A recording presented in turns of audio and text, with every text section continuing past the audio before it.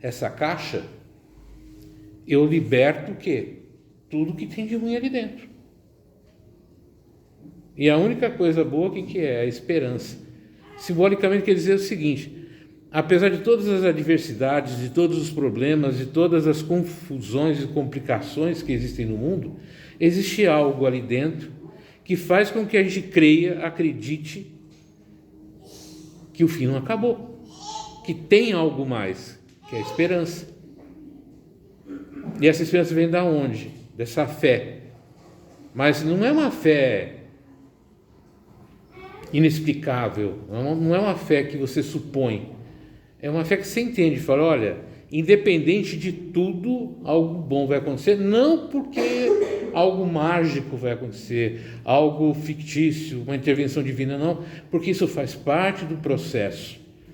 Quem deu aquela caixa para Pandora sabia que ela ia abrir, porque aquilo precisava vir para a Terra. Essas mazelas todas que nós estamos vivendo hoje faz parte. Nós só vamos crescer, a gente só cresce na adversidade, a gente só cresce quando as coisas estão ruins na nossa vida, porque quando não está, a gente não faz nada. Já reparou nisso? Está tudo bem, está tudo legal, eu não vou na igreja, eu não vou no centro, eu não vou em lugar nenhum, porque está tudo bem. Está tudo bem, eu não estudo, eu não me esforço, e está tudo bem. Estou pagando as minhas contas, estou viajando, estou saindo, não faço nada. Não invisto nem nos meus relacionamentos, nem com meu esposo, nem com meu marido, nem com a minha esposa, nem com meu namorado, não, porque está tudo bem. Se não tiver a dificuldade, se não tiver o problema, se não tiver a falta, se não tiver a perda, a gente se movimenta? Não. Então eu preciso daquelas adversidades, eu preciso daquele problema. Como é que eu vou analisar isso? Esses males que tinham ali dentro eram ferramentas para que a gente, como seres humanos encarnados, procurasse o quê? Não ficar parado, seguir em frente, vencer, superar, crescer, evoluir. Então eu tenho fé por quê? Porque eu sei que aquilo que foi feito tem um objetivo prático. Não é o acaso. Tem um objetivo prático. Quando eu tenho a falta de esperança, ou seja, quando tudo isso está aí no ar, mas eu não tenho a esperança, eu não tenho fé. Esse mundo está ruim mesmo, tudo vai acabar, está todo mundo perdido, né? Não tem mais jeito mesmo, já fiz o que podia, o que não podia, agora é só entregar para Deus, e mesmo assim Deus errou, que poderia ter feito melhor, porque a gente tem resposta para o que Deus fez, né? Não tem isso que a gente fala? Deus devia acabar tudo e começar de novo? Não é isso que todo mundo fala? Isso é uma simbologia do quê? Que a nossa fé e a nossa esperança está onde? Se perdeu. Aí vai entrar a solidariedade, a fraternidade e outras qualidades humanas. É quando eu vejo, eu estou bem, as coisas estão boas, eu vou lá e eu ajudo aquela pessoa. Tem mérito? Tem.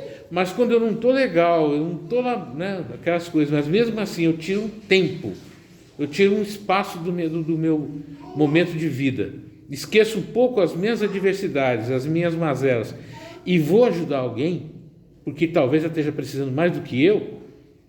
Essa solidariedade, essa caridade, essa fraternidade, ela mostra que dentro das minhas adversidades existe o que é ali dentro ainda, aquela esperança brilhando, de que as coisas vão mudar, de que eu posso ajudar alguém, que eu posso mudar o mundo.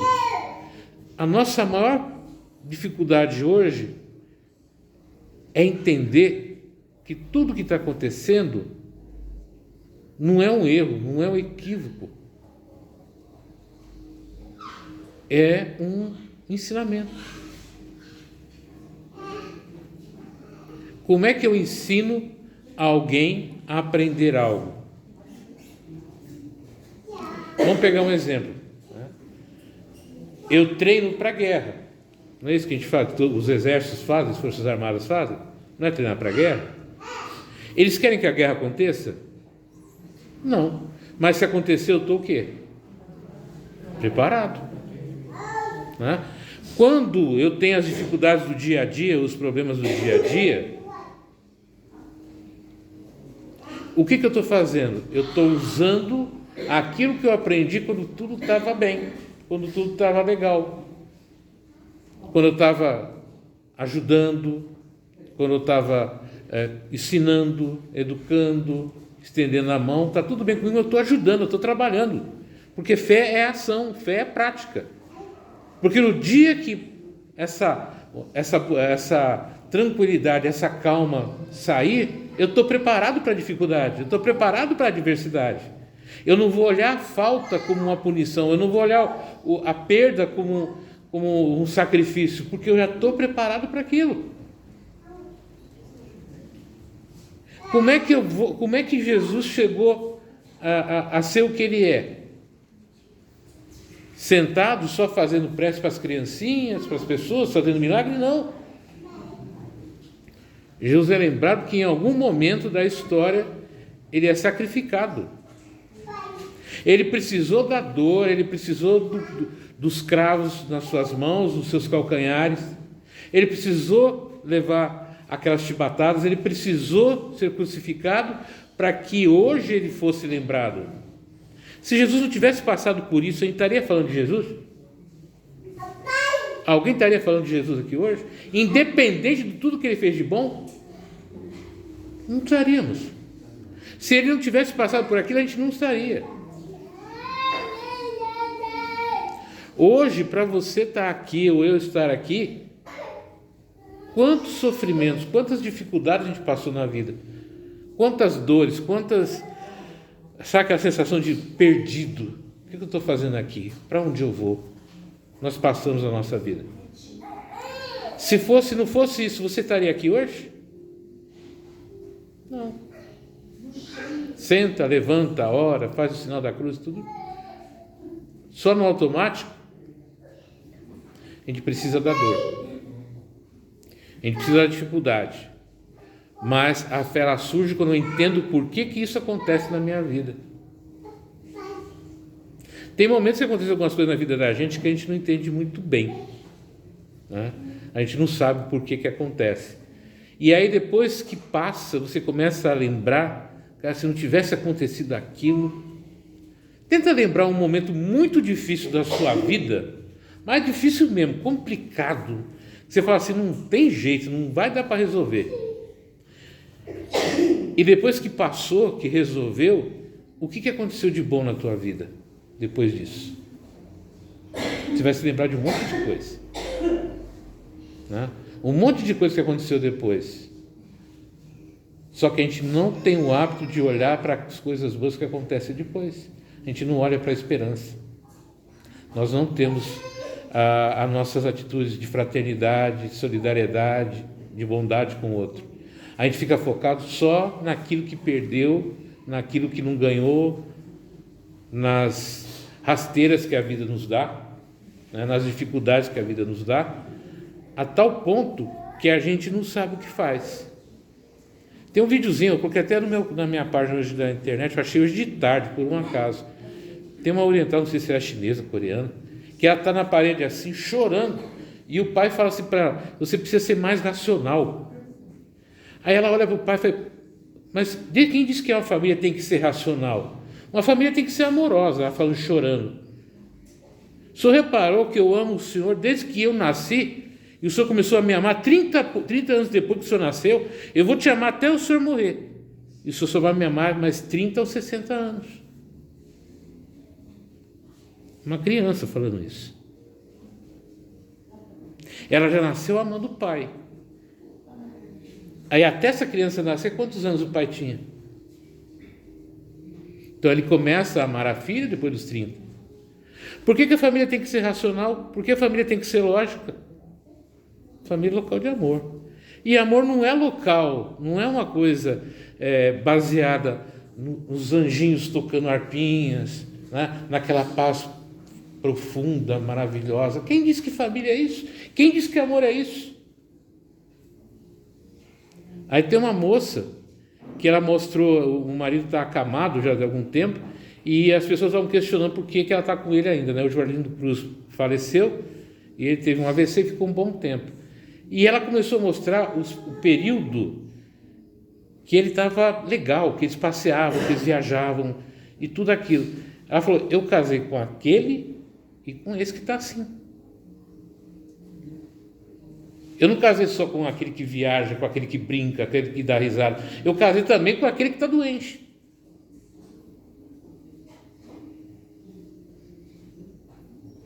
É nessas dificuldades, nessas adversidades, que a gente sabe se realmente aquilo que a gente sente é verdadeiro ou não. E o amor não está em alguém que concorda com você 24 horas por dia. O amor está naquele que você sabe que precisa do teu amor. Por mais ignorante, estúpido, com um monte de problemas que ele tem, problema de saúde, problema emocional, mas você sabe o papel que está ali. Porque na nossa concepção espírita, quando eu reencarno aqui e eu vou viver com alguém, eu não estou aí porque eu estou amando aquela pessoa, estou ali porque eu estou reparando algumas coisas. O amor, ele surge, ele se torna depois de algum tempo que eu percebo que eu não estou mais ali só para reparar, mas é que a pessoa me faz falta, que ela se tornou importante para mim, que ela se tornou verdadeira para mim. Caso contrário, é apenas paixão. A fé surge justamente disso. Eu sei porque eu o amo. Eu sei porque eu estou com ele ou com ela. Eu sei porque minha vida é assim. Não é porque ela é cheia de coisas boas, de dinheiro, de riqueza, tudo isso. Não, é porque mesmo na diversidade dos problemas, eu sei qual é o meu papel. E qual é o nosso papel na família, na sociedade, no meio que a gente vive. Qual é o papel do professor? Qual é o papel do médico? Qual é o papel do engenheiro? Qual é o papel de cada um na sociedade?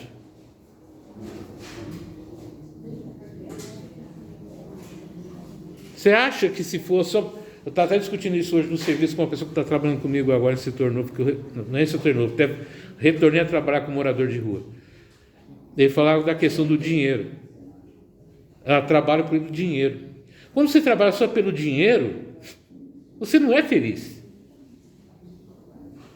Porque aquilo não é a tua praia, aquilo não é teu lugar, aquilo não é o que faz você feliz. Porque quando você encontra o que você te faz feliz, o que te completa, o que mostra o que você é, a última coisa que você pensa é o dinheiro. Porque você coloca no teu bolso, você esquece de família, você esquece de tudo, que você está dentro daquilo que você acredita, daquilo que te faz falta, daquilo que te completa. Dinheiro, né, como diz o Haroldo, né, ele é o veículo, ele não é o caminho. E hoje a gente colocou o dinheiro como caminho. E aí não dá para ter fé. Porque o dinheiro não depende de você, depende de um terceiro que vai querer te pagar ou não, que vai querer te dar esse dinheiro ou não. Não depende de você. Você pode fazer um ótimo trabalho, um ótimo serviço, ser maravilhoso o que você faz. Se você pensar no dinheiro, quem vai te dar o dinheiro não é você, não é o seu trabalho. Agora, a alegria, o bem-estar, o se sentir recompensado pelo que faz, dinheiro não compra, dinheiro não faz. Então, quando a gente começa a entender, né, que essas adversidades, que esses problemas, tudo isso que existe na nossa vida nos inspira a crescer, a gente não vai ser feliz aqui 24 horas por dia, porque a gente não veio para ser feliz 24 horas por dia aqui. A gente vai sofrer muito até o nosso último dia. Eu vi uma entrevista com um escritor que ficava com o Chico, acho que é Arlindo da Silveira, se não me engano agora fugiu o nome. E aí o entrevistador perguntou para ele: você perguntou para o Chico qual que é a melhor morte? Ele falou: perguntei. Porque ele tem que falar assim, né? Eu quero morrer deitado, em paz, não é isso que a gente pensa? Aí Chico fala: não, a melhor morte é aquela que tem mais dor, mais sofrimento, mais dificuldade, mais problemas. Mas por quê? Porque é ali que o meu corpo espiritual, o perispírito, ele expurga tudo que tiver de errado em mim. É ali que corrige, né? É ali que sai todas as mazelas, para estar preparado na outra encarnação com um corpo espiritual melhor, mais desenvolvido. Uma morte suave, relaxada, Não é uma boa morte. Porque tudo que a gente sente no corpo, passa aqui no corpo, né? Isso aqui é um grande hospital. A gente está aqui para reparar, para corrigir, né? Para melhorar. Então as nossas doenças, ontem eu vi o Rubens, ele que é médico, Rubens, fugiu o segundo nome dele. É Rubens, é escritor. Ele é escritor, ele tem uns livros místicos, fugiu o nome dele. Ele é bem famoso, agora, só que fugiu o sobrenome. E ele escreveu vários livros no hospital, porque ele tem problema cardíaco, problema de todas as ordens. Aí ele fala, as pessoas ficam orando por mim. Eu falei, não, se você orar por mim, você está me atrapalhando. O que eu estou passando aqui hoje é o que eu trouxe do passado, das coisas que eu escolhi. Não ore para eu ficar melhor, deixa as coisas acontecer. E isso é um fato, a gente quer fugir do problema. Hoje a gente vive fugindo de problema, a gente quer uma vida sem problema. E quem quer uma vida sem problema está criando uma vida com problemas no futuro. E grandes problemas. Lembra a história da figueira seca, da parábola da figueira seca? Por que ela está seca? Porque ela já deu tudo que tinha que dar naquela vida. Ela já fez tudo, ela já cumpriu a missão dela. E quando eu entendo isso na minha vida, que essas dificuldades, que esses problemas vão fazer eu crescer, eu melhorar, eu me tornar uma pessoa melhor, a minha fé reacende, a minha esperança floresce, volta a ser maior, e eu me torno mais solidário. Ana, qual que é o nome daquele médico lá, o Rubens, que escreveu Os Dragões lá? O médico, esqueci, fugiu o nome. Robson Pinheiro, troquei o nome. Robson Pinheiro. Foi ele que falou isso. E você olha para ele assim, ele teve um livro que ele escreveu, ele foi todo dentro do hospital.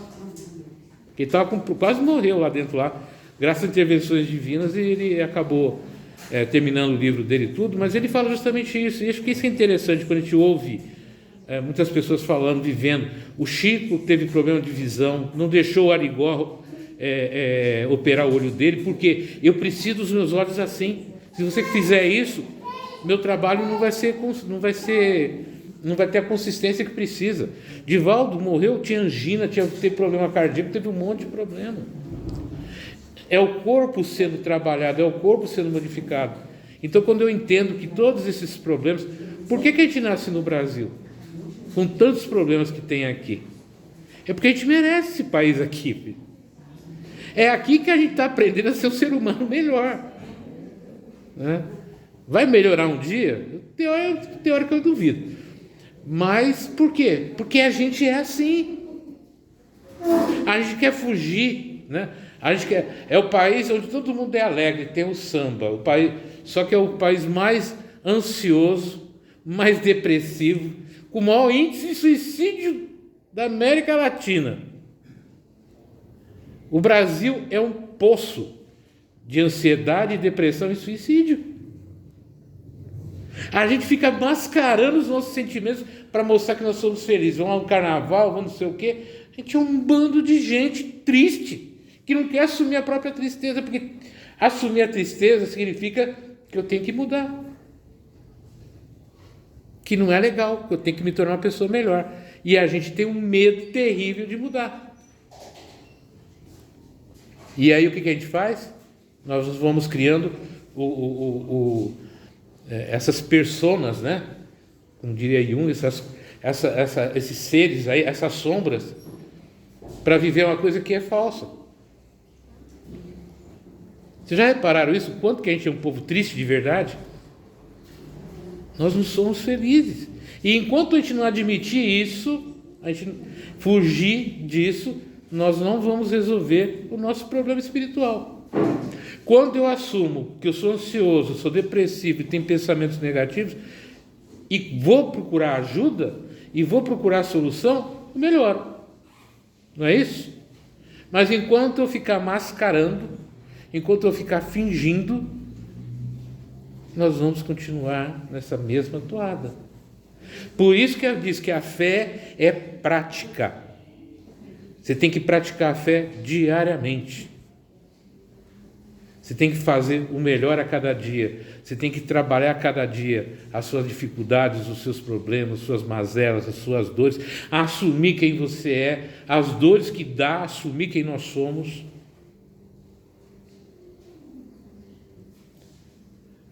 O ego, ele tem como princípio, né? Ele procura briga. O ego está sempre brigando, sempre discutindo. Ele se fortalece na discussão. Ele se fortalece nos atritos. E o que é o egoísta? Já reparou que a gente tem o hábito de achar que só a gente tem razão? Que é só a gente que está certo?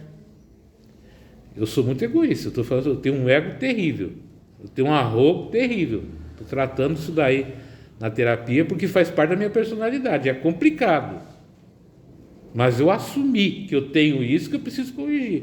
E quando assumi, não foi fácil admitir que eu não estou certo. Admitir que eu tenho erros não foi fácil. Igual estou aqui conversando, falando com vocês, eu estou assumindo. Eu sou arrogante, eu sou uma pessoa arrogante, eu sou uma pessoa que tem um ego muito exacerbado. E eu trabalho isso todo santo dia, isso, na terapia e tudo que eu faço. Eu tenho noção disso, hoje eu tenho noção disso, mas como é que eu aprendi a ter noção disso? O dia que eu falei, não, deixa de ficar escondido, vou fazer minha terapia, vou conversar com a minha psicóloga lá, vou assumir as minhas mazelas, as minhas dificuldades, porque senão eu vou ficar, é tão legal, né? Ele faz palestra, ele conhece não sei o que e tal. Não, eu tenho um monte de defeitos. E o ego é um deles assim terríveis que eu tenho na minha personalidade. E a gente só aprende, a gente começa a entender a fé justamente nisso. Mês que vem é o mês de Setembro Amarelo, né? É o mês que a gente já começa a pensar, né? Na verdade a gente pensa sempre, né, trabalhando nisso, mas é o mês do suicídio, prevenção do suicídio.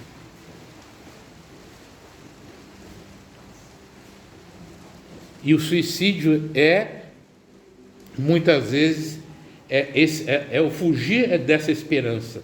Eu perdi a esperança de que as coisas podem melhorar. Eu perdi a esperança de que eu posso vencer essas dificuldades, esses problemas. Por isso que o nosso país está tão... né? Porque a gente não tem esperança, porque a gente não se esforça. A gente prefere fingir, viver numa ilusão, viver num escondido de nós mesmos. Não dá para viver sempre assim.